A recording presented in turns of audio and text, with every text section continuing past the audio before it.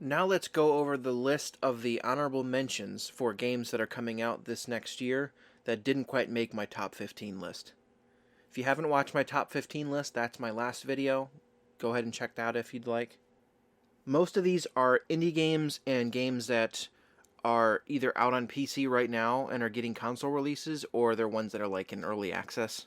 There's no particular order for these. This is just kind of highlighting games that I'm interested in. Unlike the first one, which was an actual tier list, these are just in random order. So just because I say one before the other doesn't mean I'm anticipating that one more. Let's start off the list with a little game called The Plucky Squire. Now, this was shown off at a Nintendo Direct, I think it was earlier this year, and it caught me by surprise because it looks really cool.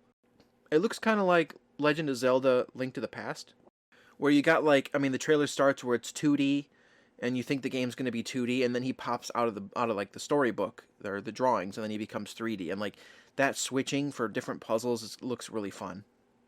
Now, I haven't played Legend of Zelda Link to the Past, but I know of it, and I know what the conceit of the game is, and this looks like that. Next is a game called, well, it was called Squadron 51. Now it's called Squad 51 versus the Flying Saucers. I heard about this, I think, last year, and it's a shmup, a shoot 'em up game, which I really like those types of games. But it has one of the coolest styles I've ever seen. Kind of like I like games that use a unique art style that you never see anywhere else. Like Cuphead, I was drawn to because it looked like old 30s cartoons. This looks like 1950s sci-fi movie with like those old effects where stuff's hanging from strings, and you got like the cheesy acting. They got like full motion video like acting in this too. It looks just unique, and it's why it made my honorable mention list. Next is a game called Routine, and we haven't really. Well, I think we saw gameplay. This is another game, just like on the other list, that has been in development hell. It was announced like 10 years ago, and then it just disappeared, and now it was re-revealed, I think last year, and it looks like a survival horror game with some creepy-looking robots. We only saw a cinematic. There is gameplay from 10 years ago out there, but they might have completely redone it because it's been so long. I don't know much about it, but just from that little snippet, I'm interested. Don't know a release date, but I'm still looking forward to it. Next is a game that I think is out on PC already. I'm not positive, but it's called Rip Out, and it's from 3D Realms. There's actually a few games on this list that are from 3D Realms because they make boomer shooters, which I love. And of course, I don't think they have the Wolfenstein IP anymore, so they have to make games similar to Wolfenstein, which I'm all for. Rip Out looks kind of like a Doom clone, and I will play basically any Doom clone as long as it's well made. And this just looks like a good time. And then speaking of 3D Realms and like Doom clones, there's another game on this list called Turbo Overkill. Now this is one that's already out on PC, but I'm looking forward to a console release.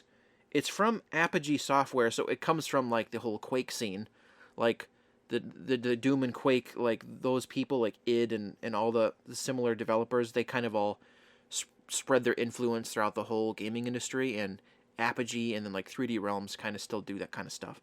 But this game looks insane. You play as a guy who's got a chainsaw leg, and like the intro is just exactly like Evil Dead 2, where he cuts his own leg off, and then like loads a shotgun. It looks just like that.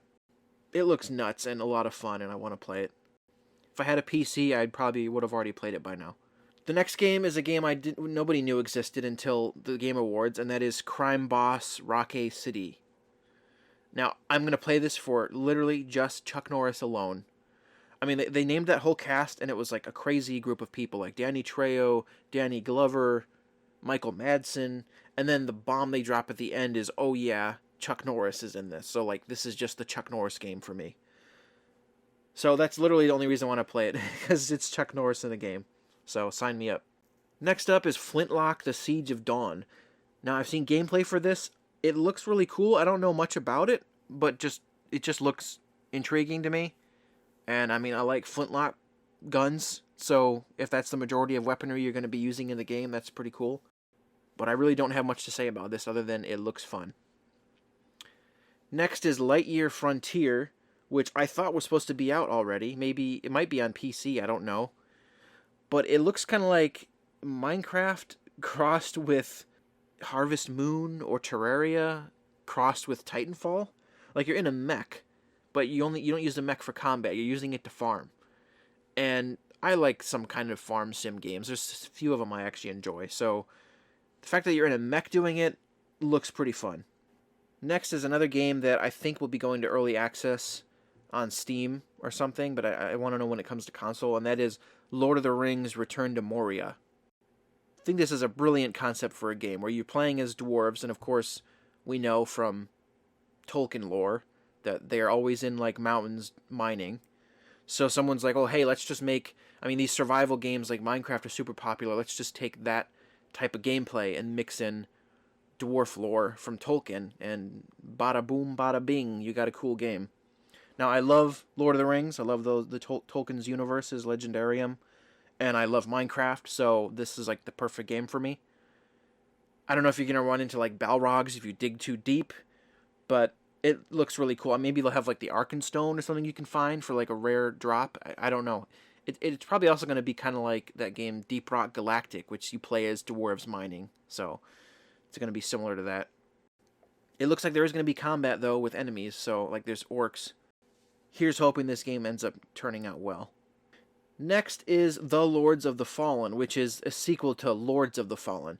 I know nothing about this game, except it had an awesome teaser at the Game Awards, and that's all I can say, is that it had an awesome teaser, and I want to see more. I don't even think we saw like a tiny bit of gameplay, but it makes me want to go back and play Lords of the Fallen 1 now, because this looks really cool. I don't know if it's a Souls-like. If that's the case, maybe it won't be for me, because I'm not a Souls-like person. But if it's just a cool action-adventure, like, melee combat-focused game, then sign me up.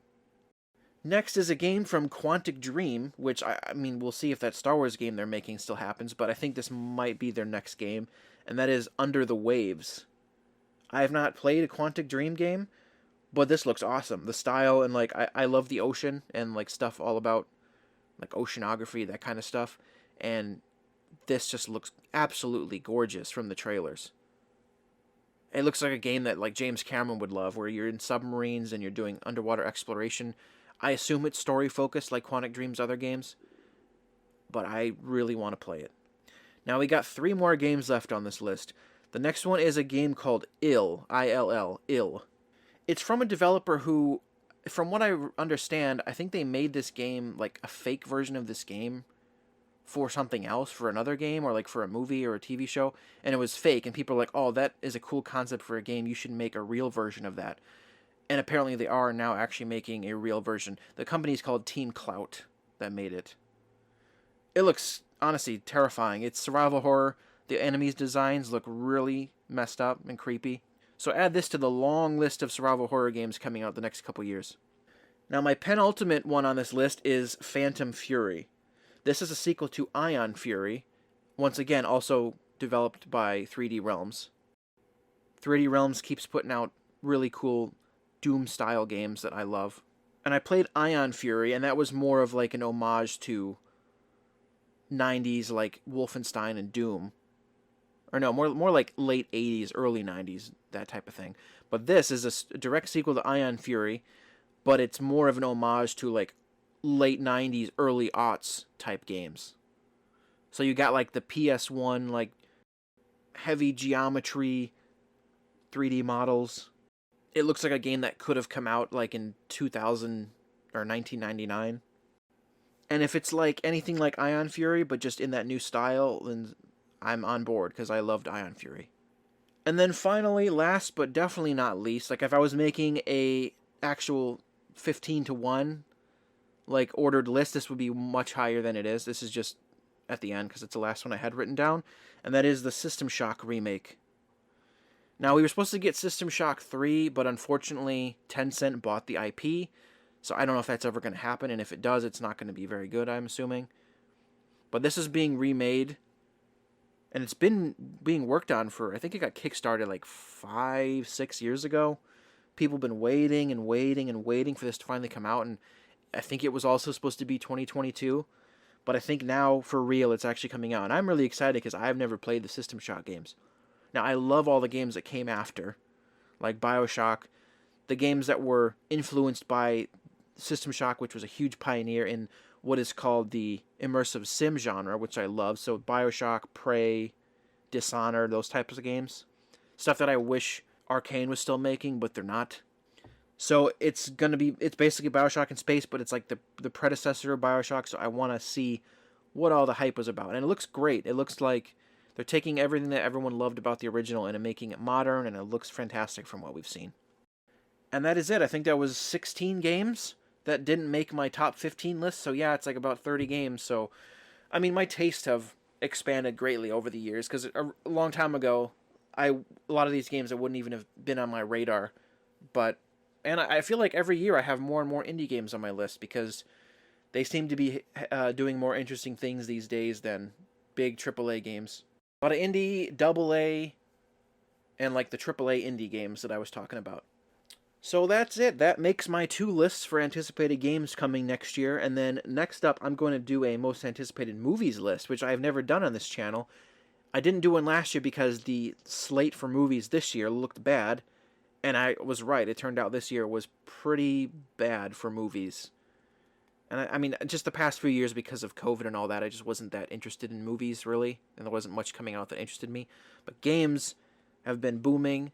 But finally, it looks like movies are back next year. So, going to make that next. So I'd appreciate if you checked that out. I'd appreciate if you checked out the video I made before this. Have a happy new year. Go play some games. And I will see you next time. Thank you for watching.